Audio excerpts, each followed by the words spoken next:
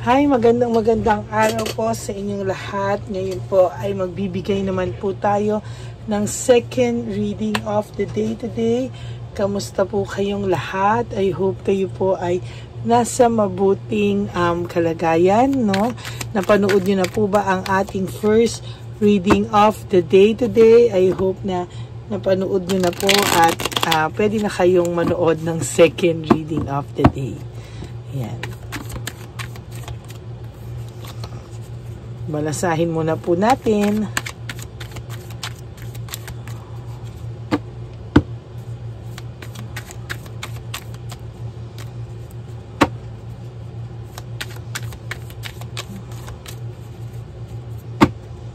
Ayan. Okay. 1, 2, 3, 4, 5, 6, 7, 8, 9, and 10.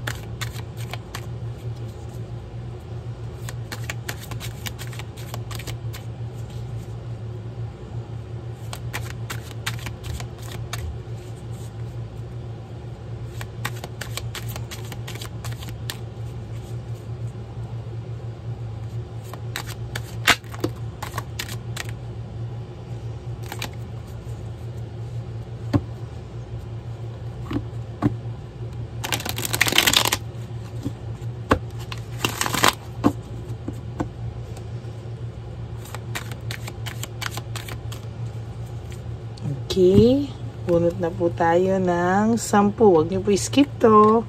1, 2, 3, 4, 5, 6, 7, 8, 9, and 10.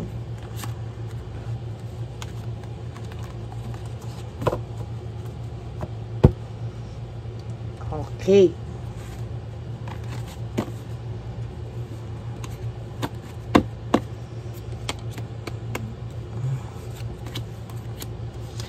Huwag niyo pong skip to, mga kapatid.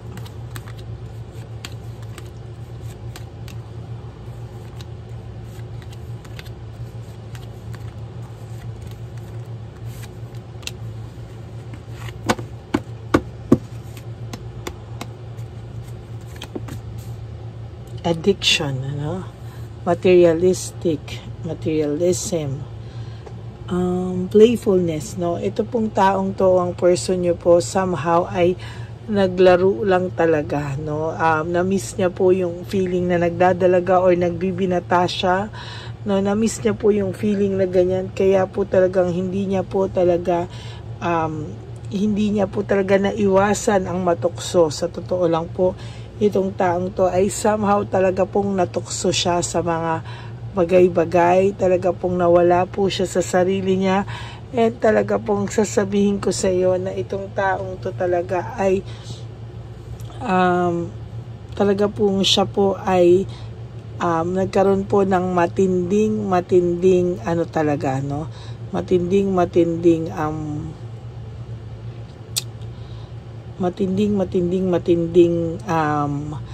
eagerness or urge, yun ang sinasabi ko, urge na talagang matukso because of gusto niya maramdaman yung kilig, yung saya, yung feeling of in love, kasi po medyo naboringan na po siya sa inyo, no? Pero this is all mababaw na kasiyahan, ano? Wala pa rin pong direksyon naman ng buhay niya, very unpredictable, parang ganito lang, no? Wala pa po siyang desisyong seryosohin yung buhay niya or he or she is just going with the flow, no? Hindi niya po kaya talaga na magseryoso sa ngayon. Kaya nga sa first reading kanina sinasabi ko na mas malalim pa rin yung pinagsamahan nyo, kasi yung time na yon talagang willing siya to, alam nyo yon, willing siya to enter into a serious relationship ngayon, kasi parang more on naglalaro ito, no? Parang enjoy yan, chill, ganyan, chill time, parang ganyan po yung pakiramdam niya, no? Alam niyo po, kasi alam niya na ikaw seryoso ka, alam niya mahal na mahal mo raw siya. Very confident po itong taong to. Actually, pagdating sa iyo, very confident siya, no? Parang nag-iisip siya na, sige, mag-e-enjoy muna ako. Then there will come a time na pag napagod ako dito, ay babalik daw siya sa iyo. Ang tanong, gusto mo pa po bang bumalik siya sa iyo kahit alam mong ganito ang ginagawa niya ngayon, na naglalaro and everything? Ayan, sa totoo lang.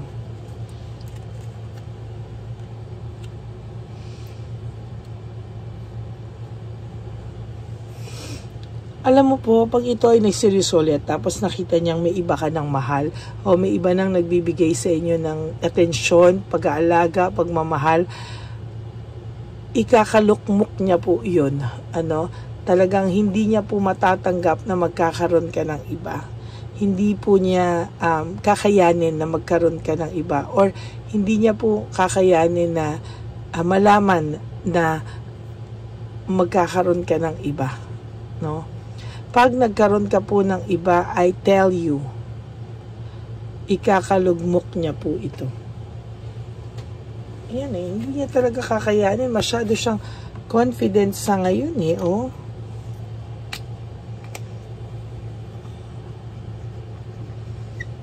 Hindi niya kakayanin pag nagkaroon ka na ng iba. Hindi niya po kakayanin pag nagkaroon ka na ng iba. As a matter of fact, talagang sa nakikita ko po, hindi niya po kakayanin pag ikaw na po yung nagkaroon ng iba. Masasaktan po ito talaga, at sa nakikita ko po ay masasaktan po ito ng tuluyan, sa totoo lang. Hindi niya po kakayanin talaga, and sa nakikita ko, patuloy po itong aasa na someday, na someday po talaga is nag-aantay ka pa rin sa kanya, at someday mag-aantay ka pa rin sa kanya. Oh my God, parang inaano niya po is nabuhay ka lang para mag-antay sa kanya. Ayan, may control pa rin daw po siya sa'yo, at kahit daw po wala kayo, hindi kayo ngayon nagkikita, nag-uusap, at may iba siya, ang akala po ng taong to ay babalik ka lang po sa kanya, and you will always accept him with open arms, accept him or her with open arms. Maling-mali po ito. There's reward and fruit of labor. May reward pong nag-aantay sa'yo. As a matter of fact, meron po talagang para sa'yo, no? May parating po para sa'yo, kahit ayaw mo or gusto mo, may parating po talaga na para sa'yo.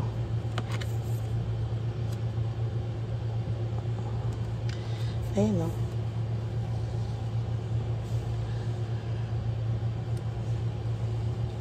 Sa nakikita ko po talaga dito ay maling-mali po siya ng pagkakilala sa iyo, or maling-mali po siya ng akala na kaya mo raw po siyang kaya mo lang siyang tanggapin ng paulit-ulit. Sa totoo lang, sa nakikita ko po dito, sana po ay ma-realize niya na hindi po lahat ng oras ay nandyan ka lang para sa kanya. no direction, lack of direction. Sa nakikita ko talagang kulang sa direksyon ang taong ito. Kung kailan pa siya nagkaroon ng nandyan sa ganyang edad ay tsaka pa siya nagagaganito, no?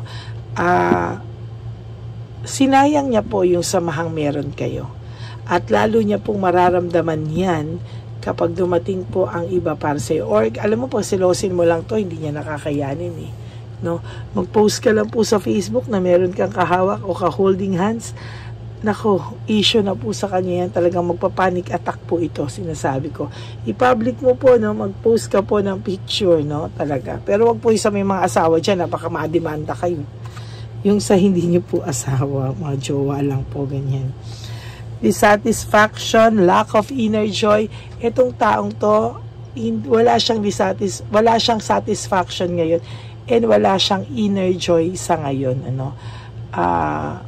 Talagang sa nakikita ko ay malayo, no? Malayo yung saya niyang naramdaman na malalim sa'yo kesa sa ngayon, no? Kasi sa totoo lang sa ngayon, hindi ganon kasaya, no? Mababaw yung happiness niya. As a matter of fact, mababaw yung happiness niya.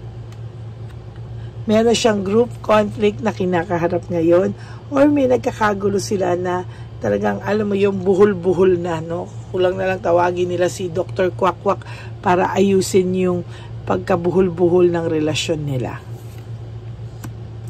Taken advantage of, sa totoo lang, ang lalaking ito o ang babaeng ito ay tinitake advantage yung kabutihan mo in a way of, in what way? Akala niya po ay palagi kang nandyan, kaya tinitake for granted kanya, no? Alam mo po, minsan, kailangan mong paramdam sa taong to na you are enough. You are enough, pero kung hindi pa rin siya satisfied sa'yo, sige, go ahead, pumunta ka sa iba, pero mawawala na ako sa'yo. Broken family, shattered dreams. Sa totoo lang po, sa nakikita ko dito, siya po talaga ang gumawa ng ikakasakit niya, no? Pero sa totoo lang po, hindi niya pa yan masyadong nare-realize. Ngayon pa lang po unti-unti sa kanya nagsisinki ng mga bagay-bagay. There's tension, merong anxiety siyang nararamdaman, ano? At tuwing nararamdaman niya itong anxiety, kinikilabutan po ang taong ito. No, naaalala niya po yung nangyari sa inyo. Lalo na po pag may nagchichismis sa kanya na gumaganda ka or gumagwapo ka, no? Tapos you are doing well, nakaka-move on ka na. Naku, ayaw niya po yung ganyang balita. Iinit po ang ulo niya, no? Panay failure and defeat, no? Pagkatalo, no? Yan po ang nararamdaman niya kapag ikaw po ay nagkaroon ng iba. Failure and defeat, talo po siya, no? Why? Hindi niya po kakayanin na matalo. Hindi niya po kakayanin, eh, oh. Looking ahead, sa totoo lang po, no, sinasabi ko sa iyo, sinayang niya po ikaw. Pag dumating po yung para sa iyo, nagkaroon ka po ng ibang relationship, matatauhan po ito ng bongga, no? Sa ngayon po, confused siya. Alam niya po na hindi tama naman yung mga choices niya sa buhay. Pero wala siyang magawa. He's still enjoying yung ganitong feeling na, alam mo yun, may karelasyon nga siya, may current relationship siya, pero ang feeling niya po is nagbibineta pa din po siya. Leaving behind, walking away, sa totoo lang po, siya ang umalis, pero siya ang magsisisi sa huli. Yan ang sinasabi ko sa inyo. No, so nakikita ko po sa kanya, pagsisisihan niya po ang ginawa niya sa iyo ng bongga. At babalik po sa kanya yung ginawa niya po sa iyo. No? Siya ang umalis, pero sa huli po, no, sinasabi ko po sa inyo, sa huli po ay hindi din naman po niya kakayanin yan. No, talaga pong didibdibin niya rin po yan sa huli. So that's it for your second reading of the day. Sana po ay nag-resonate siya sa inyo lahat. Ay, niraramdam ko po yung energy niyang sa ngayon. Okay. Sa totoo lang po, huwag kayong mag-alala. May balik po ito sa kanya. Yun po yung naramdaman ko. Okay, so that is your second reading of the day. Hindi niya kakayanin pag nagkaroon ka na ng iba. So, kung gusto niyo pong mang-asar, ay talaga pong, at nag-picture po kayo na nakaganyan, ano? Kahit nakaganyan lang, and this is it. Lagyan niyo na caption, this is it, nakaganyan. Nako, sinasabi ko sa inyo, magpapanik po ang taong ito. Okay? So, yan po ang second reading of the day niyo. For those of you na naka-resonate, please give me a like and comment down below. At, para malaman ko po kung ano ang inyong pakiramdam, no? Sana po ay nag-enjoy kayo sa pakikinig at panonood sa ating second reading of the day. Please, no skipping of ads. Commitment nyo na lang po sa akin yan. Please po, no favor at lambing lang po yan sa inyo. Maraming salamat po sa aking ever loyal and solid na Lady Elena friends, family, and subscribers. I love you all from the bottom of my heart. Sana po ay... for those of you po who would like to have a private reading with me through video call, you may contact me at Lady Lee Elena, that's L-A-D-Y-L-Y Elena. Nasa dulo po yan ng ating video. Diyan nyo lang po ako pwedeng makausap. That's my only legit FB account. Yan, maraming salamat po sa inyong lahat. And God bless you all. And sabi ko nga po sa inyo that life is too short. Don't make it shorter by stressing yourself from all the pains and the heartaches na binigay sa inyo na kapon. Just surrender everything to the divine universe and just let go and let God write your life and love story. I will be back for another set of reading. Huwag po kayong malulungkot. Ako po ay magbabalik. Ayan. Pero ang akin po sa inyong payo bukod sa life is too short is just live one day at a time. Huwag niyo po munang isipin kung magba-birthday ko, hiwalay na kami, paano na yung birthday ko, yung anniversary namin, birthday niya, Christmas, New Year, Valentine's Day. Huwag niyo po lahat isipin yan. Your goal is to wake up and sleep mamayang gabi na nakasurvive kayo sa araw na to. At panalo po kayo. Pag mamayang gabi, yes, nakaraos ako at nakasurvive ako today, bukas ulit. And eventually, you will feel a little lighter na ay kaya ko naman pala everyday. Yan po ang naging tactic ng iba kong mga clients, no, na nag-ahihingi sa akin ng payo. Okay? God bless you everyone. Stay safe. At wag po kayong malulungkot. Sana po napanood nyo na po yung first, second, and third reading kahapon. At yung first reading kanina bago kayo tumalon dito sa second reading of the day. Okay, God bless you everyone. I love you. Stay safe. And I will be back for another set of reading, our third and final set for today. I love you guys. I love you po mga kapatid. God bless you all. And huwag kayong malulungkot. Pag nararamdaman niyo po na nagpapanik kayo, naaaligag kayo for whatever reason, you just have to wash your hands na may asin. And mapararamdaman niyo po maya-maya kayo po ay nagkumakalma na. Okay? God bless you everyone. Ang dami ko pong payo sa inyo because I really want you guys to relax and unti-unti nyo pong tanggalin yung sakit na binigay sa inyo ng kahapon. Okay? God bless you. I love you all. Bye! Have a nice day!